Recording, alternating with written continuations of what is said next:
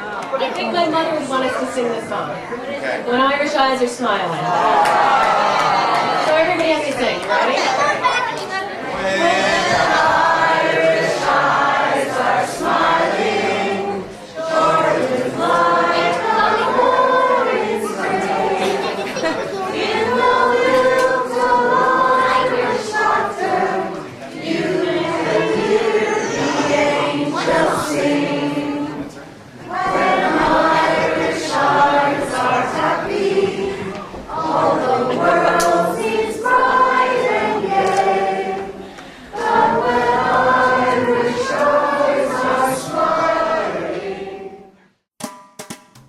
Your story is different than mine, yet my story is written in rhyme from the passenger side of an Oldsmobile. The Leahy family can be traced back to 1790, when James Leahy came to a small farm a couple of miles north of Tipperary Town, Ireland. The Leahy name is derived from the native Gaelic, where it means heroic. We can trace our family from James's first son, John, who was born about 1815. The family settled in an old thatched house that is still on the family farm. The Tipperary Leahys survived the potato famine, but the death in 1876 of James Leahy and two of his children left his wife Mary nearly destitute. She had to sell off part of the farm to pay for the funerals and immigrated to America, leaving behind her son David and his new wife Peggy McGrath to ensure that the farm stayed in the family.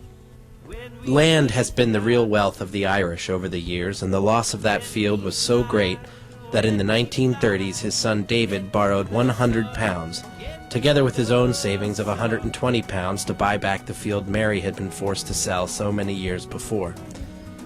Unfortunately, David died before he could pay back the money. Across the Atlantic, his brothers Hugh, Tom, and Roger pooled resources and sent money to insure the family farm in Ireland. Today, that farm is still owned and operated by our Leahy relatives. As we tease apart the branches of the Leahy family tree, we grow more fascinated. We need the spirit of the past. We need the pride. Our origin is our anchor, our steadiness. The farther we travel from our Tipperary roots, the more we want to return. This is the story of Mary and Hugh and their 7 children. Hugh and Mary provided exceptional motivation, discipline, pride, and above all, a sense of love and respect that we hope to carry into the future. Our branch of the family is directly descended from Hugh McGrath Leahy, who at the age of 20 in 1907 completed a 9-day passage on the Saxonia that brought him to the Boston area, where he joined his 2 brothers and his sister, who had already made the trip. Hugh married Mary Bridget Costello, who was born in 1891 in Boston. In 1925, Hugh moved his family to Narberth on the Philadelphia Main Line, where he joined Strawbridge and Clothier, and he continued his retail career. Hugh and Mary raised a family of 7 children, mostly in the house on Grayling Avenue in Narberth. Today, in 2009, their offspring number over 170. We're a very loving couple, and my father was an Irish immigrant, and he had some very strong feelings about life and honesty and fairness. The love that he had for my mother just was so dominant in everything that he did and everything he taught us to do. You never hit a girl as growing up. You were never allowed to hit a girl. You couldn't touch your sister.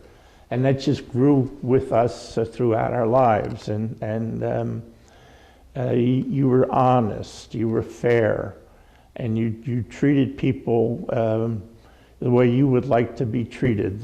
He was strict. He was very strict. And but we never, we just love him for it. We love him for it. So.